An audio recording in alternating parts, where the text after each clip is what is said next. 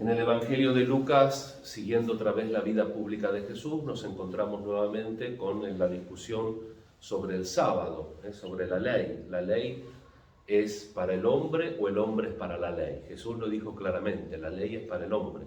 Entonces siempre, como la ley se resume en el amor a Dios y al prójimo, siempre el servicio tiene que ser el alma, el motor de la ley.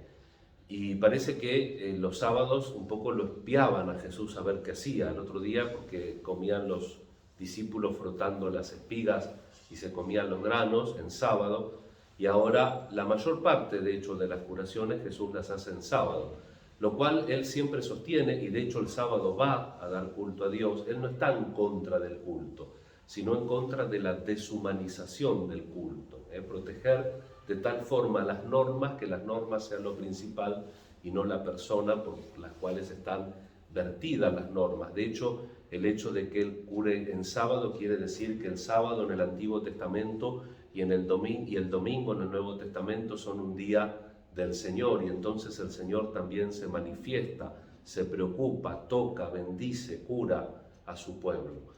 Y nosotros tenemos que entender también la actitud de Jesús ante esa persona que seguramente con esta mano sufría.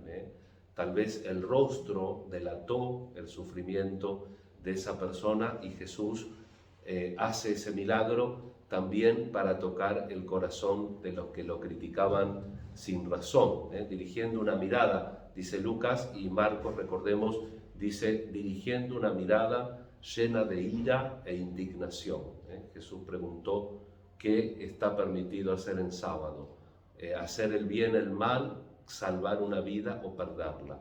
Siempre, en todo momento, no puede haber una ley que prohíba hacer el bien y salvar una vida. Y eso también nos da el marco y la perspectiva de la primera lectura. Pablo, a estos cristianos que no los había evangelizado, y que como a los de la Odisea, y él mismo dice en la carta, tantos otros no había conocido personalmente, pero sin embargo él hace la función de los apóstoles. Y una función clara, que a veces uno no la... Muchas veces me ha pasado que predicando sobre esto, la asamblea, encuentro 2 o 3 que me miran sorprendido. Que en el relato de hoy, ¿cómo cuenta Pablo la función de su apostolado? Como evangelizar y sufrir. ¿En qué consiste el apostolado de Pablo? En evangelizar y en sufrir.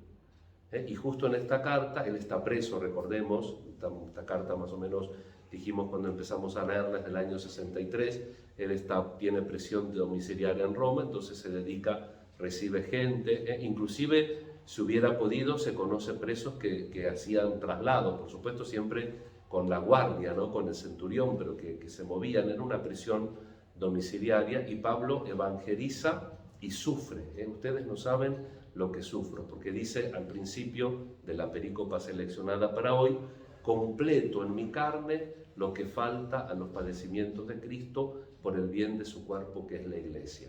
Objetivamente no falta nada, porque Cristo ya salvó desde Adán hasta el último que venga, pero subjetivamente sí, porque mis sufrimientos tienen que ser los de Cristo. Y a veces el sufrimiento aplasta a las personas porque queremos sufrir solos o queremos sufrir por nosotros, porque los cristianos, los con fe, los sin fe, todos sufren. Lo que pasa es que nosotros tenemos que unir, ser capaces de unir en el cuerpo místico de la Iglesia nuestros sufrimientos, hacer que los sufrimientos de Jesús sean los nuestros y que nuestros sufrimientos entonces sean en el cuerpo místico los de Jesús. Por eso hoy también quería rezar esta misa que es muy significativa de la pandemia.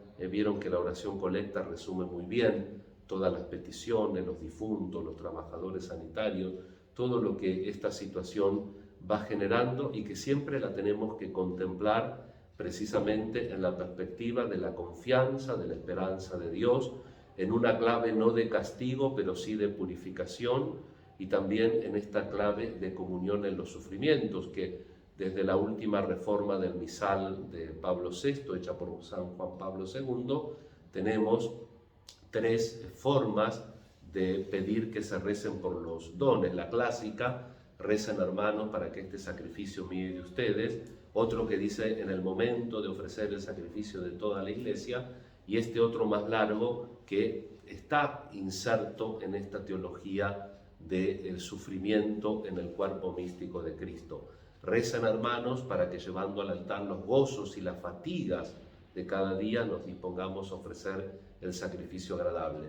Esa teología que también está en la Gaudium Spes del Concilio Vaticano II, donde entiende que los gozos, las fatigas, las angustias y las tristezas de los hombres modernos son eso mismo, gozos y alegrías, tristezas y angustias de la iglesia, del cuerpo, de este cuerpo que nosotros tenemos que participar de él con toda la plenitud del sentido y con toda la gracia de la sanación y de la salvación. Pidamos también en esta Eucaristía por todas nuestras necesidades, por todas nuestras intenciones, y estemos dispuestos a contribuir con nuestros esfuerzos, con nuestras fatigas, con toda nuestra vida, para que la salvación de Cristo alcance a todos los que la necesitan. Que así sea. Así sea.